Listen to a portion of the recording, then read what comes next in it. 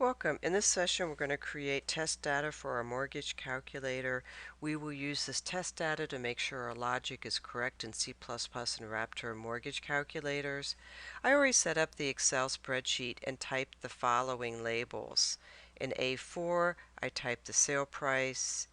In A5, percentage down. In A7, the principal. A8, annual interest rate. A9, length in years, and in A11, the monthly payment. In B3, I typed scenario 1. In C3, I typed scenario 2. Now let's enter our data. Well, we're going to purchase a $100,000 house. I'll put 100,000 in B4, 100,000 in C4. And the first mortgage is a conventional mortgage, so the buyer will be putting down 20%. And in the second mortgage, it's a FHA loan, and the buyer will be putting down 3.5%. In B7, we're going to calculate the principal, which is the sale price minus the down payment. This equals the amount we're going to borrow. The formula is equal.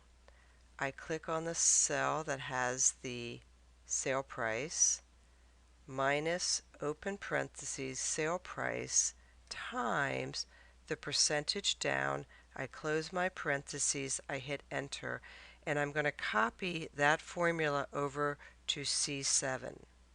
There we go. In B8, I'm going to enter the interest rate. If this was an actual program for a mortgage broker, then the interest rates would be inputted from a table the lending institution provides. I enter 4% in C8, 4%, and I also enter 4% in C8. The length in years. Most buyers get a 30-year loan, so I will use 30. In C9, I also enter 30. Now I have all my data and I'm ready to enter the formula to calculate the mortgage payment. Excel makes it easy to do financial and statistical calculations. The application supplies functions where you only have to enter the data or arguments. In this case, we're going to enter the monthly interest rate, the number of months, and the amount you are borrowing. When you get to Chapter 6, you'll be able to code your own functions. So in B11, I start out with an equals PMT. I open my parentheses. Notice it tells me what it wants me to enter. So I enter the interest rate.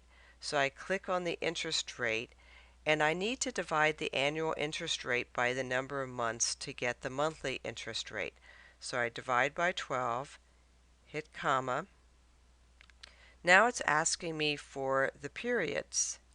And of course they're in years, so I need to multiply that by 12. So I click on B9, I multiply, which is the asterisk times 12, comma, and it's asking me for the present value or the principal, which is in B9. I close my parentheses, hit enter, and as you can see, there's the monthly payment. I copy it over to C11. Well, the monthly payments are in red. You do owe the money, that amount of money. We've created two sets of test data. It is best to create a lot of test data and try to anticipate the clever ways users interpret data.